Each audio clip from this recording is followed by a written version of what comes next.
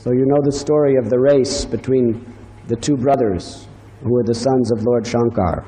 There was Kartikeya and Ganesh, and they were supposed to have a race around the world. Now, of course, from all material logic, Kartikeya was much faster. He was a warrior. He's always seen holding a spear, and he's built like a very dexterous and powerful warrior who could fight with the speed of the mind. And not only that, his carrier is a very, very empowered peacock that can fly faster than lightning. And on the other side, there was Lord Ganesh. Lord Ganesh is mostly known as a pundit. He writes the Vedas. He sits up at Badrikashram with Vedavyas, and he's writing and writing and writing. And his devotees, they are always offering him all these big ladus. So he's not very lean and thin. In fact, he's quite stout. So, he's not such a fast runner like that. And although he's heavy and he's like that, he doesn't ride on a flying peacock, but he rides on a mouse. How fast is a mouse? So then the race began. On your mark, get set, go. And Kartikeya went, whoosh, he was off. Nobody could see him within the next second.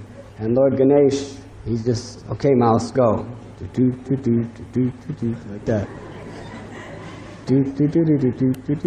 And Ganesh was thinking, wow, I have complete faith in the name of Ram. That is all I need. So he wrote on the ground the name Ram.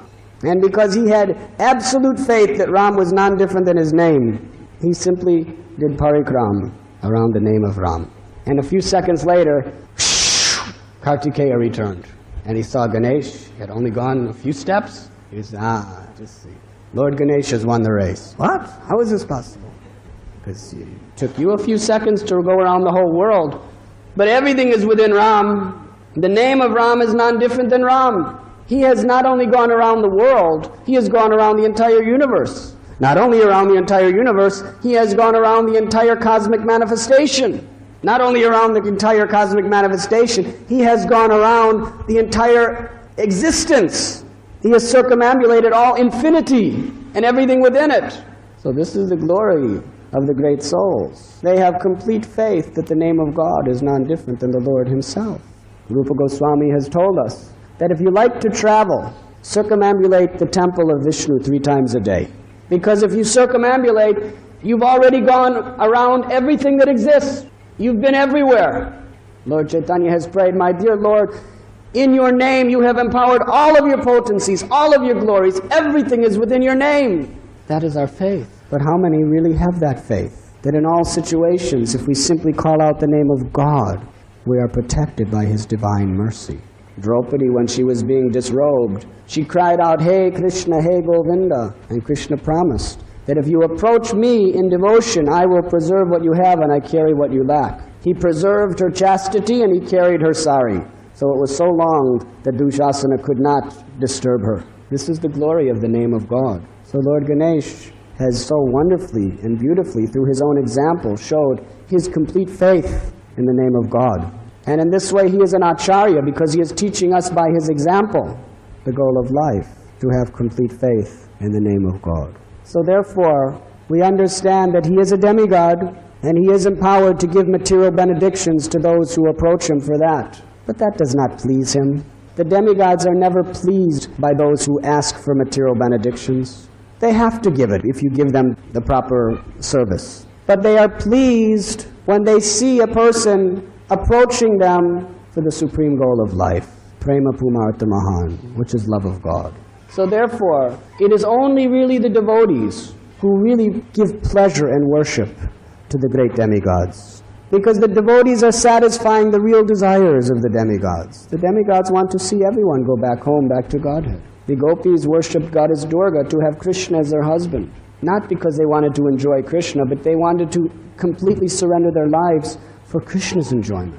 So in this way, if we really want to offer the ultimate glory and service for the pleasure of Lord Ganapati, the greatest thing we can do is glorify his divine qualities as a pure devotee of the Lord, and be inspired by those divine qualities, and not simply ask him like a businessman, give me this and give me that, but we offer him our love on the basis of the great inspiration he is giving us. He has given us the Vedas, and He has given us such a wonderful example of an acharya.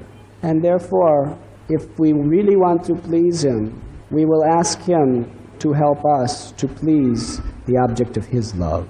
And then we can really understand it from the point of view being above the three modes of material nature, from the point of view of striving for the conclusion of all knowledge, utter surrender to the feet of God. From that point of view, we can understand a relationship with such great empowered souls. From the transcendental point of view that Krishna is pleading with us to come to, we can accept everything favorable for devotional service and reject everything unfavorable. Increase of material attachments is unfavorable. Development of the service attitude, of the loving devotional attitude, is utterly favorable. So let this be our real desire in life, and then our lives will be perfect. When you water the root of the tree, all the parts of the tree are nourished. When we satisfy Krishna, who says, Aham sarvasya prabhavo matu sarvam pravartate, that He is the source and the root of everything. By that process, every demigod, every living being is ultimately satisfied, because He is the root of all. So there is no greater pleasure to any of the devatas than when they see their devotees surrendering to Narayan. And there is no greater pleasure than if they can assist in helping us to remove impediments in the service of Narayan. So let us make this our great goal of life, and in this way we will become most fortunate. And in this way we can give the greatest pleasure to our object of worship.